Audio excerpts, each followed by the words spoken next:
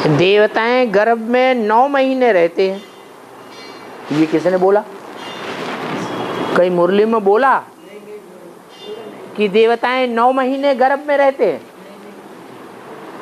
अरे देवताएं तो छोड़ो, मनुष्य आत्माएं भी गर्भ जेल में 9 महीने नहीं रहती हैं। कितना रहती हैं? ज्यादा से ज्यादा 4-5 महीने। उनको तो सजाएं खानी है, दुष्कर्मों की हिसाब किताब सजा खा करके पूरा करना है। इसलिए त्राहि त्राहि करती है, हमको बाहर निकालो।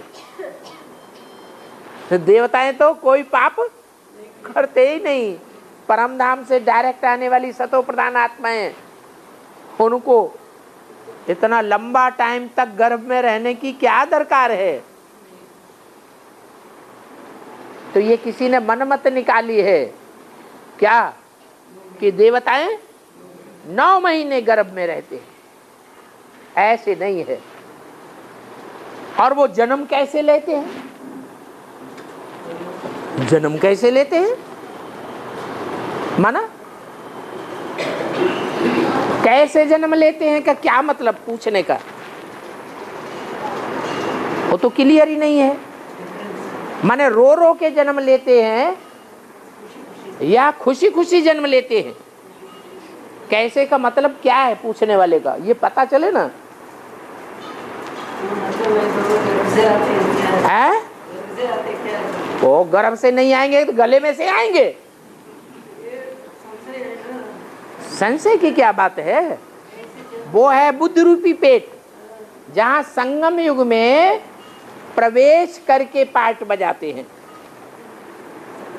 सूर्यवंशियों के अलावा बाकी चंद्रवंशी से लेकर के सारे ही वंश वाले, धर्म वंश वाले बुद्ध रूपी पेट में प्रवेश करके पाठ बजाते हैं। यहाँ बुद्ध रूपी पेट में प्रवेश करके पाठ बजावेंगे और संसार में प्रत्यक्ष होंगे कि हमारा ये पाठ है, और वहां इस पेट से जन्म लेकर के पाठ बजावेंगे और प्रत्यक्षता रूपी जन्म लेंगे। संसार में जन्म लेकर के पाठ बजावेंगे। बाकी ऐसे थोड़े कि किसी का कंधे से जन्म होगा, जैसे शास्त्रों में दिखाई दिया।